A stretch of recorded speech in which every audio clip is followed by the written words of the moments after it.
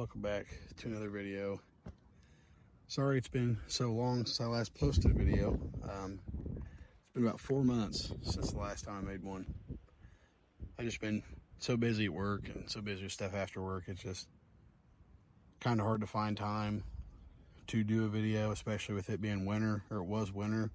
We're just now getting into spring and time just changed, so it's dark at whatever when I get off work. So now with the time change, I can actually take videos and stuff. So the first video I made was about the PSE Bow Madness. As you can tell by my hat, we don't shoot PSE no more. After I did a lot of research and thinking and trading and figuring out, I finally went to the Barn Archery in Martinsville, Indiana, which thank them very much for always taking care of me and who I bring in there with me. So, but sure, a lot of thinking, trading and all that, I finally decided to get me a new bow, and I will show you guys that bow right now.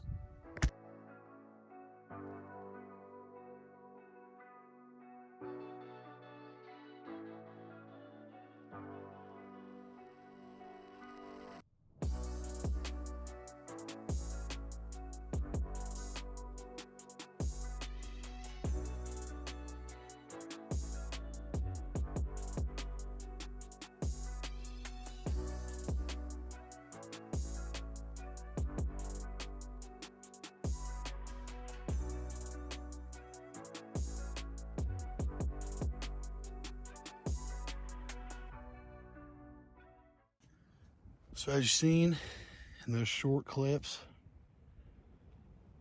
I got a Matthews lift.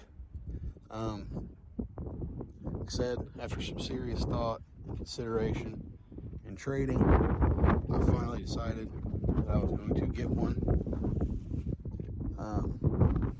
It shoots really good. I would shoot it today, but super windy, and as most of you know, arrows and wind don't get along.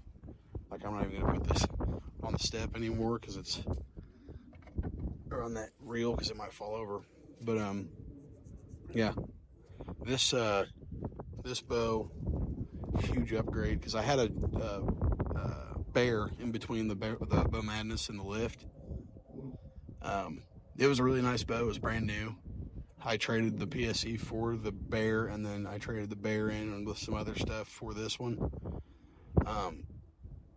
And this is like, I haven't even had it for a week yet. It's brand new to me. It's out of this world. But I'll stop talking about it and just show you guys what I put on there and what I got going on. So turn the camera around, you guys can see. All right, so starting out, this is, like I said, Matthews lift 33. It's 33 inches axle to axle. For me, myself, a longer bow is better, more stable for me. A smaller one, it wiggles too much in my hand. It might just be me. It could, and it is mostly me. But this is the 33 inch. What it's standing on is the Matthews tripod stand, which I bought that yesterday because I was tired of laying my bow down. So I decided, might as well just buy the stand that you're supposed to have for it. Moving up a little bit, I have a Trophy Ridge Hitman 8-inch stabilizer with a quick disconnect. All I do is unscrew that a little bit and it lifts up, and stick it back in there, screw it back down. Really easy. Up a little bit more, got the Q80 HDX Ultra Rest drop away. And just up from that, I have a custom bow equipment. They just released this. It is a Hunter, an exact Hunter. I think custom bow equipment, I'm not 100% sure. I didn't really do any research on this one. It's kind of what they offered at the shop, and I didn't want to spend all that money and buy a Matthews sight, a Matthews rest, and a Matthews stabilizer. I just decided I wanted to kind of put my own thing into it and what I wanted. So it's a 4-pin. Obviously got my leveling bubble. Got the light up fiber for it. You probably can't see it. Oh, there you go.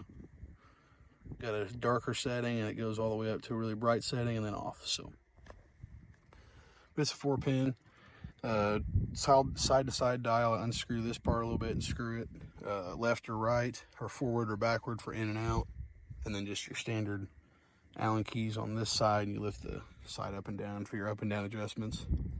But yeah, brand new pretty much.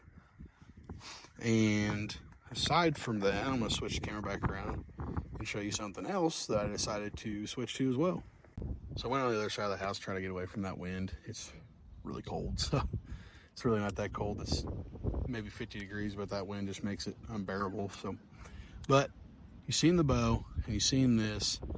If you watch the PSE video, I was shooting with a Scott Shark 2.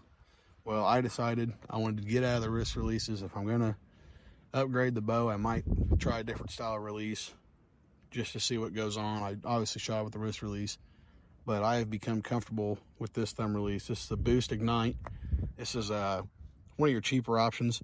When you get it, it has the 3-finger, so you're like this, but it comes with the 4th finger extension, which is way more comfortable for me. If you're having issues with anchor points, I have found that this has really, really helped me. I don't know why, but this release, a thumb release, has helped me with anchor points once I get to full draw. So with the wrist release, the wrist, if I didn't put it on the exact hole that I had it, before, and I should put it on the second hole in my wrist, and then it slides forward a little more, so I'm having to readjust and figure out where I need to put it for that best pull. With this, same exact spot every time. I put it right in between my first knuckle right there and my second one, and I put it on that part of my finger there, and this one I just let it rest in my index finger, and I lock it. And where I've been putting this is my anchor will be my first 2 knuckles will go right, my jaw will go right in between them, and that has been a super comfortable anchor spot for me. So if you have problems with anchors but you are in wrist releases, then what I started to do with my wrist release, I just couldn't ever keep from moving it, was I would get it back and I'd put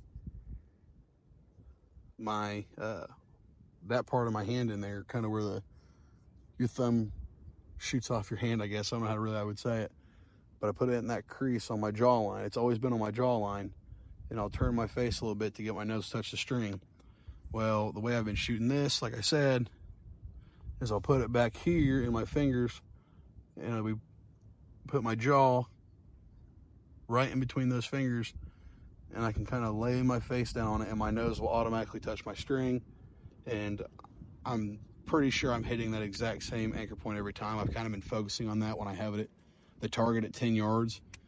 I have been shooting at 10 and working on my anchors, so I'll put it here, and maybe I'll move it down a little bit, maybe I'll twist it out a little bit more, maybe I'll float my elbow up a little bit more. But I have found that is the best spot for me. And so if you have a thumb release and you can't quite try or find where your anchor should be, try that. Take your first 2 knuckles, your first 2 knuckles on your hand, put them on your jaw right there, and let it rest in there. And when you use it, squeeze your back, pull through.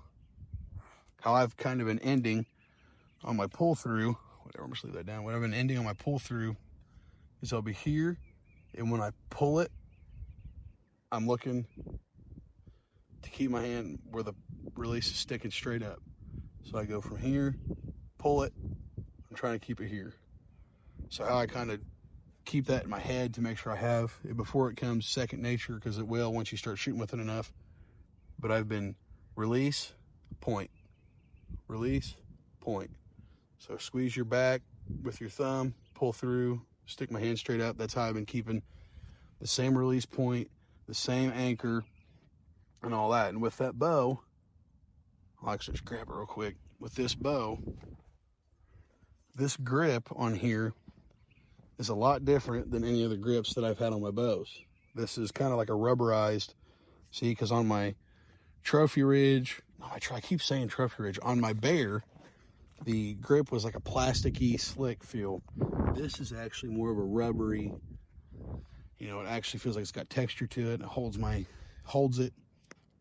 And the riser and the grip are so skinny that it really likes to fit in the palm of my hand. When I have it sticked open or held open like this, it really likes to stick in the palm of my hand.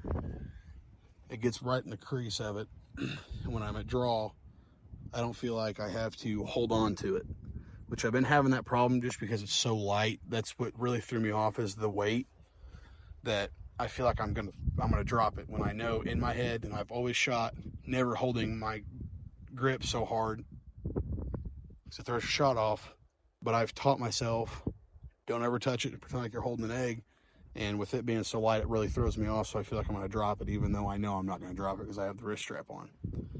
But other than that, this bow's sweet. If you're looking into getting a new bow and you're wanting to spend the money, I would say a lift would be a good option.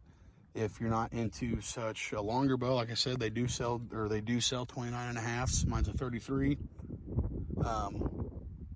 But if you're wanting to spend the money and you're wanting to get into better bows, a lift is what I'm going to suggest. If you're wanting to if you don't like Matthews, great. I didn't think I would either until I shot one. So just go out and shoot them. I got to shoot a lot of bows before I made my decision. I actually shot this a long time ago when I bought my Bear. I decided, or they just got the lifts in and she let me shoot one, and I was like, oh wow, that's crazy.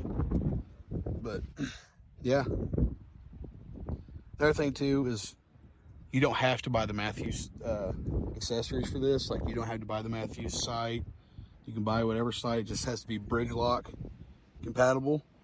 If you're gonna go with a drop away, if you have the money, the bow shop person at the bow shop told me this. It's like the HDX, but it's Matthews brand. They make it integrated into the riser so it doesn't move so much. If you go to like adjust it, if you go to move side to side, it actually is stuck there and it won't move itself, and you can do micro adjustments. So if you have the money, spend the money. If you want, if that's what you want to do, spend it. If you don't use a drop away, that's fine. You don't have to use a drop away. But if you're going to spend the money on a bow like this, you probably should get a drop away, because with a drop away, you know, you have a lot less touching your arrow when it goes to leave and it goes down to target. You're going to have a lot less touching your arrow. And if you go to hunt or a shoot and it's winter and your whisker biscuit freezes, or you have, you know, a whisker biscuit and it freezes, your arrow's got to punch through that, and sometimes it won't, and bad things happen. So a drop away is always going to fall. By what I've heard, they will always fall. So it's a little extra money, it's a little extra up there, but if you're wanting to try it. You won't regret it. I really do like it. Other than that, like I said, sorry I didn't make so many videos. I really need to get back onto it, but I figured I'd take the time today, show you guys the new bow, show you guys kind of what I've been into release wise, and just show you guys what's kind of going on. We're getting into the shoot season, so spring is here.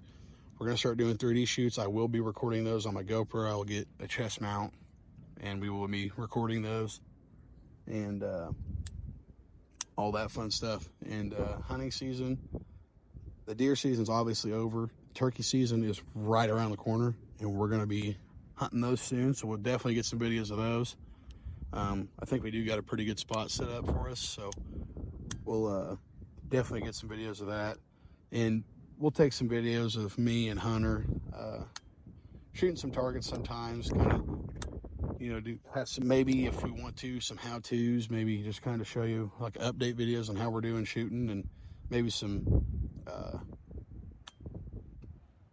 you know, the update wise of announcements or something, you know what I mean? So, but other than that, I appreciate you guys watching. Stay tuned. We will be making some videos with my bow. Hunter's thinking about getting out of his Bear and going to the V3X, maybe, or maybe his Phase 4. So stick around. You guys get to see some more cool videos. I will definitely be producing some videos for you guys, because this is something I'm really into, so I feel like I can definitely get some videos for you. So leave a like, comment, subscribe. I will probably do a full setup video and go into detail about all these things that I put on here and the lift itself, and then I will definitely go into an arrow setup video, because I feel like that's also just as important as the bow. So, but other than that, like I said, leave a like, subscribe, and comment. If you want to see anything, let me know. Thank you guys for watching, and I will see you guys in the next one.